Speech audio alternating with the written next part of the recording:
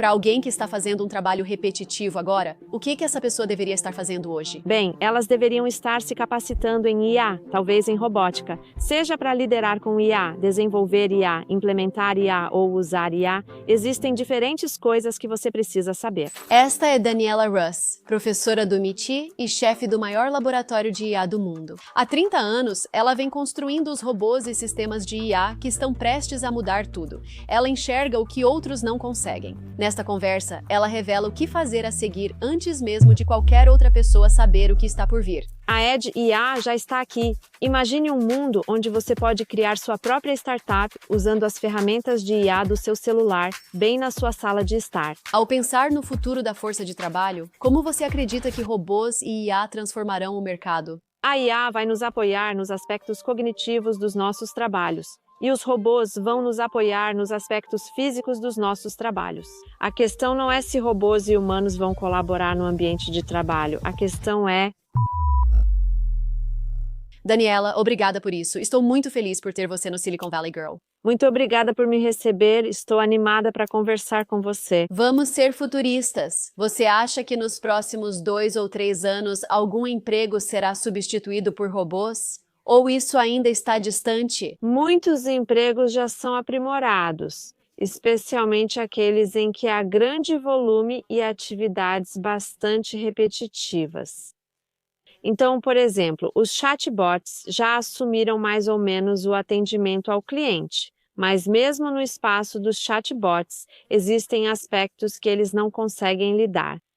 E, por exemplo, eu tive uma experiência recente em que estava interagindo com um chatbot porque tive um problema com uma entrega. E o meu problema não estava entre as 7 opções que o chatbot me ofereceu. E eu fiquei dando voltas e voltas sem sair do lugar.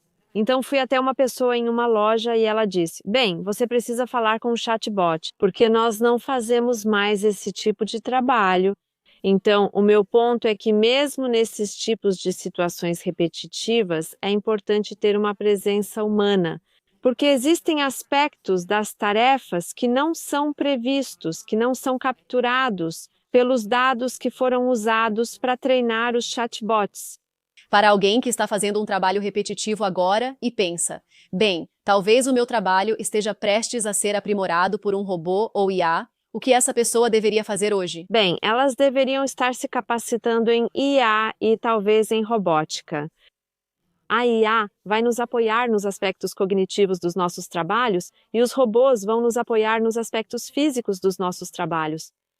E, na minha opinião, as pessoas não vão perder seus empregos para a IA, mas sim para outras pessoas que sabem usar a IA, para serem melhores em seus trabalhos, para serem mais eficazes e mais eficientes em seus trabalhos. Então, meu conselho é continuar aprendendo, se manter atualizada e entender qual é o estado da arte, com as ferramentas que são mais aplicáveis ao seu domínio e ao campo em que você está trabalhando. Como você acha que os robôs e a inteligência artificial vão mudar o mercado de trabalho? Eu não acho que vamos ter fábricas totalmente automatizadas por um bom tempo.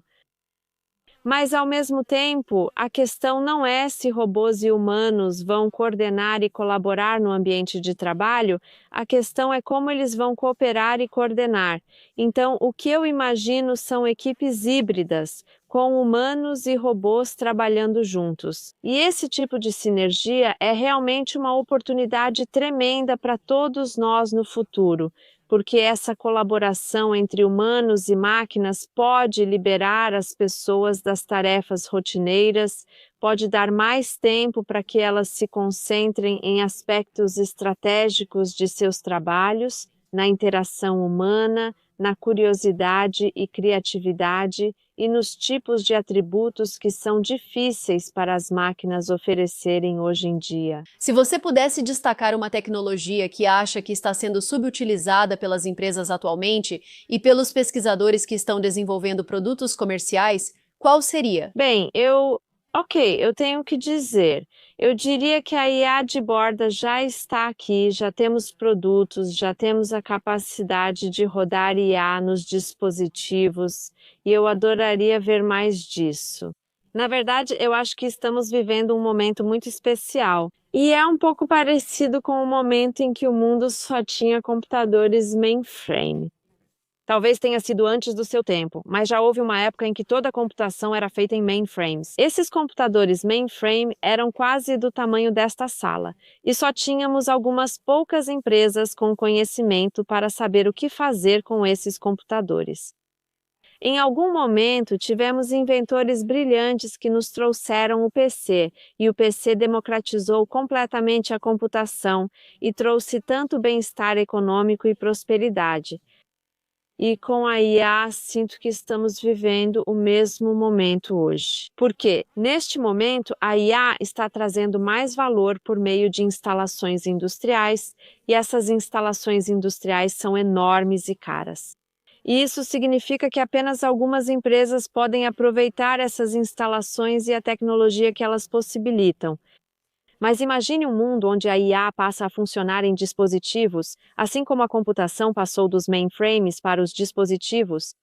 Imagine só quanta inovação e prosperidade econômica teremos quando qualquer pessoa, qualquer empresa, qualquer indivíduo puder inovar, criar soluções e novas ideias puderem resolver problemas. Porque eles têm acesso a ferramentas mais poderosas. Este podcast foi lançado originalmente em inglês. E se você quiser entendê-lo sem esperar pela tradução e aproveitá-lo no idioma original, eu tenho algo que talvez você queira conferir. Sou fundadora da Língua Trip, plataforma onde professores e inteligência artificial ajudam você a aprender inglês mais rápido e manter a motivação. Mais de 160 mil alunos já fizeram nossos cursos, o que ajudou a construir carreiras internacionais, entrar em grandes universidades e aumentar a confiança globalmente. Para se tornar uma dessas pessoas, veja o link na descrição. Agora voltamos ao episódio. Então, basicamente, como isso mudaria o meu dia a dia? Agora eu estou conversando com a nuvem, certo? Quando eu uso um LLM, conversando com o ChatGPT. Se eu já tiver algo no dispositivo, o processo muda? Bem, se você tiver algo no dispositivo, primeiro de tudo, é mais barato, não é tão caro, é mais privado. Então você vai ter privacidade na sua interação, porque agora toda interação com a nuvem basicamente coloca todas as suas perguntas, todos os seus comandos, todas as suas informações de volta na nuvem. Mas então, dependendo das suas ambições e aspirações, você poderia criar sua própria startup usando as ferramentas de IA no seu celular, bem na sua sala de estar. Sem o apoio de um grande número de desenvolvedores, porque a IA poderia assumir grande parte do desenvolvimento. Então, basicamente, precisamos de um novo tipo de dispositivo, certo? Que tenha o sistema operacional de IA rodando nele mesmo. Bem, na verdade, precisamos do telefone de IA, do computador de IA, dos óculos de IA e de tudo de IA. E esses dispositivos vão colocar o poder da IA ao seu alcance. Vamos imaginar que é 2030. Você acorda, provavelmente tem um robô na sua casa. O que ele faz? Algo que hoje nos deixaria de queixo caído. 2030 é muito em breve do ponto de vista do desenvolvimento e de levar tecnologia para as casas. Por exemplo, você sabe quando foi o primeiro passeio autônomo em uma rodovia? Ótima pergunta. Vi um carro autônomo pela primeira vez quando Sergey Brin e Larry o apresentaram. Certo, bem. O primeiro projeto na Europa foi em 1985. Uau! O primeiro projeto nos Estados Unidos foi em 1995. Havia um carro que atravessou o país de costa a costa com algumas intervenções humanas. Então, na verdade, o que isso nos mostra é que o caminho de um experimento de pesquisa bem-sucedido até se tornar um produto completo, que pode ser usado no dia a dia, leva muito tempo. Esses são os prazos que estamos considerando. E então, se você me permitir expandir e pensar além de 2030, então eu diria isso. Eu imagino um mundo cheio de robôs inteligentes que nos ajudam. E então, talvez até 2030, teremos uma lixeira robô que vai se levar para fora sozinha e voltar sozinha. Até 2030, poderíamos ter um humanoide estacionado na esquina da rua que nos observa. E se você estiver um pouco triste, ele pode te oferecer um sorvete e servir um sorvete para você. Teríamos, na verdade, robôs guia e robôs de segurança. Então, até 2030, acho que teremos muitos robôs nas indústrias de serviços. E dentro de casa vai ser muito mais desafiador, muito mais exigente. Eventualmente teremos tutores robóticos, assistentes robóticos. 2030 está logo aí, então para 2030 eu me limitaria ao campo de serviços. Neste episódio, falamos bastante sobre como a tecnologia está mudando as profissões, os fluxos de trabalho e o cotidiano. O que você acha do robô doméstico? Qual que é o prazo para isso? Bem, podemos imaginar todos os tipos de robôs domésticos, mesmo que hoje vejamos tantos humanoides que estão avançando em suas capacidades. Ainda há um longo caminho a percorrer desde o estado atual da pesquisa até o ponto em que teremos ajudantes robóticos. Recentemente estive em uma conferência e tive uma conversa interessante com um humanoide. Então eu disse: "Ei, robô, o que você pode fazer?" E a resposta foi: eu ajudo as pessoas em casa. Então eu olhei em volta, vi um regador e uma planta e perguntei: "Bem, você pode regar aquela planta?" E o robô foi devagar até o regador, regou a planta e depois voltou para receber a próxima instrução. Então eu disse: "Você pode regar meu amigo aqui?" E o robô foi pegar o regador e estava pronto para despejar muita água nos sapatos italianos caros bem ao meu lado. E eu tive que dizer: não, estou só brincando. A questão é que realmente exige muito esforço para desenvolver o tipo de infraestrutura algorítmica e de software necessária para controlar mecanismos complexos como humanoides. Então, para que os humanoides melhorem, vamos precisar que a IA melhore também. Além disso, as ferramentas de IA de hoje não têm senso comum. O robô na conferência não tinha o senso comum para entender quando uma tarefa de regar é apropriada e quando não é. E por isso também precisamos avançar nos níveis simbólico e cognitivo.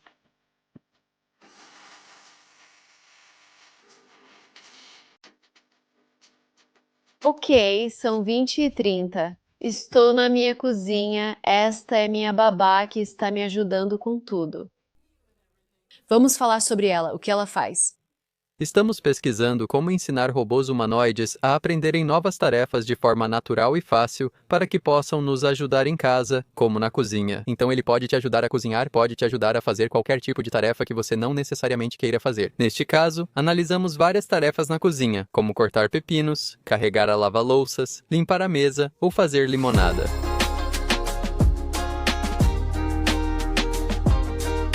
Quantas vezes é preciso mostrar ao robô como fazer uma tarefa para que ele repita?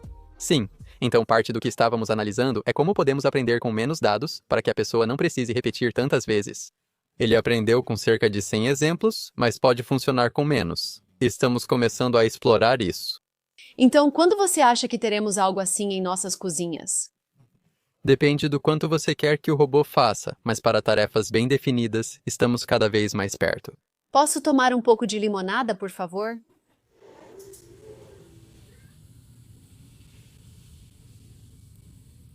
Legal!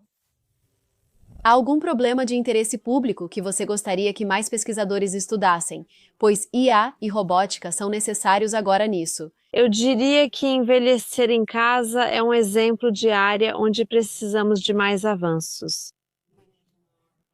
Precisamos de mais trabalho, e em parte isso acontece porque não temos mão de obra suficiente para atender às necessidades do envelhecimento.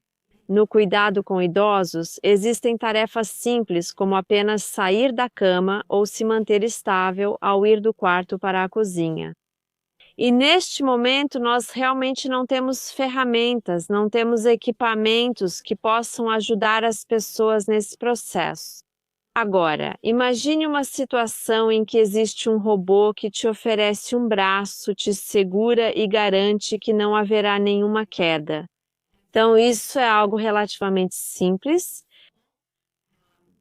Um apoio, mas ainda assim um apoio essencial. Acho essa ideia de negócio incrível. O cuidado com idosos é um dos principais mercados, já que vamos viver mais. Nós também precisamos dessa ajuda, e eu sinto que o robô humanoide que acabei de ver já é meio capaz de fazer algo assim.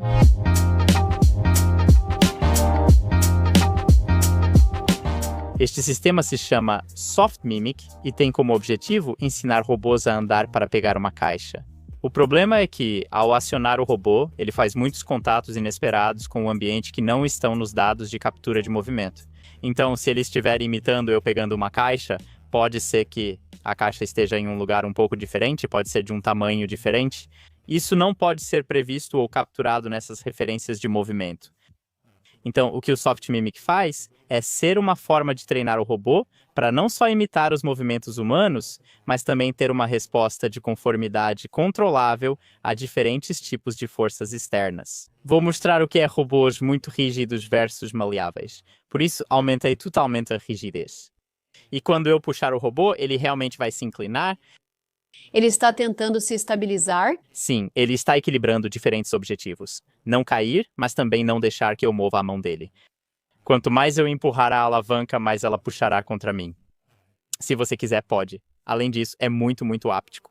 Uau, é como se você estivesse... Me solta, o que você está fazendo? Então realmente quer. Uau, é realmente forte. O que temos é uma maneira de treinar o robô para ser mais flexível. Então agora estou apenas diminuindo esse botão e aí ele vai. Ele ainda está de pé, mas agora está de pé com uma resposta de força muito suave e flexível. Que novamente ele ainda coordena todo o corpo, mas agora para que seja flexível e permita que você o mova. Para alguém cujos filhos ainda são pequenos, tipo 4 e 6 anos, o que eu deveria estar ensinando para prepará-los para um mundo onde teremos cada vez mais assistentes de IA e robôs? Bem, eu sinto que vivemos em um momento em que todo mundo precisa de letramento tecnológico, e esse letramento tecnológico inclui o letramento em IA. Todo mundo precisa entender algo sobre IA e tecnologia, mas nem todo mundo precisa entender tudo sobre essas tecnologias. Então, dependendo do seu trabalho, se você quer liderar com IA, desenvolver IA, implementar IA ou usar IA, existem coisas diferentes que você precisa saber. Nem todo mundo precisa ser uma nerd de IA, mas todo mundo precisa saber alguma coisa. E desse ponto de vista, eu defenderia a alfabetização não só para crianças, mas para todo mundo. Mas além da alfabetização em IA, existem muitos assuntos importantes que continuam sendo relevantes. Eu acho que matemática é importante, ciências são importantes, literatura é importante, história é importante, arte é importante. Então, ter uma educação geral inclusiva que nos ensine sobre o nosso mundo, que nos mostre de onde viemos, que nos ajude a projetar para onde estamos indo e como devemos ser. Seguir para o futuro de uma forma positiva e que apoie uns aos outros e ao planeta é muito importante. Além disso, existem qualidades que continuam sendo muito importantes, especialmente quando pensamos em um futuro onde as máquinas nos apoiam. E isso tem a ver com ser curiosa, ser criativa, pensar fora da caixa, ter bom senso, ser colaborativa, ser capaz de olhar para uma situação e interpretá-la com pensamento crítico. Todas essas são características importantes para ensinar as nossas crianças e elas deveriam ser ensinadas na escola. Pausa rápida. Se você está curtindo o podcast, vai gostar da minha newsletter Círculo Interno, onde aplico as dicas do podcast na minha vida pessoal. No meu portfólio de investimentos e negócios, incluindo a empresa de mídia e o ensino de idiomas, compartilho tanto nossos sucessos quanto as falhas e as táticas usadas. Considere isso uma versão interna do podcast. O link está na descrição. Inscreva-se na minha newsletter gratuita para se manter informado. Você acha que a educação formal ainda vai ser importante daqui a 10 ou 15 anos? Então você fez sua graduação, certo? Mestrado, doutorado. Você acha que todo mundo, a quantidade de pessoas que seguem esse caminho hoje, você acha que isso vai continuar igual? Ou cada vez menos pessoas vão escolher a educação tradicional, universidade formal? Acredito que a educação universitária formal é muito importante, porque na universidade você aprende a pensar, aprende a resolver problemas, aprende a encontrar seu caminho. A educação na escola e na universidade não é apenas sobre memorizar coisas. É realmente também sobre pensar, sobre julgamento, sobre projetar o futuro. Eu também acredito que saber as coisas é importante. Então, eu não estou no grupo da maioria aqui, porque muitos dos meus colegas acreditam nisso. Com acesso ao conhecimento do mundo através da internet, qual é o sentido de saber as coisas? mas saber as coisas nos permite ser criativos. A criatividade consiste em conectar conceitos que parecem ser distintos. Como você conectou biologia a IA? Sim, se não soubéssemos sobre biologia e não soubéssemos sobre IA, talvez as redes líquidas não tivessem nascido. Sim. Então, criatividade e pensar fora da caixa é sobre olhar para o mundo de maneiras diferentes e conectar partes do mundo que aparentemente são diferentes. Além disso, saber das coisas nos permite aproveitar o mundo, aproveitar uns aos outros, entender uns aos outros. Então, existe um aspecto da vida e de viver que vem com o conhecimento. Se você pudesse presenciar um avanço na robótica durante a sua vida que te fizesse dizer, conseguimos, qual seria? Bem, vamos ver. Nós vivemos em uma cidade muito cheia e se você anda pelas ruas, você vai ver algum robô? Provavelmente não. Então, onde estão os robôs hoje? Quando vemos um robô, nós paramos e pensamos, uau, que milagre, tem um robô. O que eu gostaria de ver é um mundo onde os robôs estejam tão integrados ao nosso cotidiano que eles simplesmente estejam lá. Eles fazem parte de como lidamos com a vida cotidiana e nós não nos surpreendemos ao ver um robô à nossa frente. Isso significa que precisamos tornar as máquinas úteis, precisamos torná-las capazes, precisamos torná-las confiáveis e seguras. Então, do ponto de vista dos robôs, é isso que eu gostaria de ver. Isso exige avanços de muitas formas, porque precisamos avançar o hardware, precisamos avançar os algoritmos e precisamos avançar tanto o corpo quanto o cérebro da máquina. E também a forma como interagimos com as máquinas e como as máquinas interagem entre si. Então, esses são realmente desafios contínuos na nossa área, e já que você me perguntou sobre a grande descoberta, eu vou te contar. Uma descoberta não relacionada à robótica que eu adoraria ver na minha vida é a capacidade de envelhecer com saúde. Então, longevidade, ou seja, longevidade saudável, é algo em que deveríamos investir esforços e talvez até reverter o envelhecimento. Quem sabe? Sim, essa é realmente uma grande questão. Se você pudesse dar um conselho para si mesma aos 19 anos, quando acabou de chegar nos Estados Unidos, qual seria? Bem, eu diria que a vida é diferente do que você imagina. E você precisa ser muito flexível, adaptável e de mente aberta. E tem que encarar as coisas de uma forma positiva, aberta e com foco em resolver problemas. Isso é fascinante, muito obrigada. Fiquei muito inspirada e espero que também tenha motivado jovens cientistas e empreendedores a construir algo. Estou especialmente empolgada com a longevidade e cuidar de idosos. Obrigada por me receber no seu programa.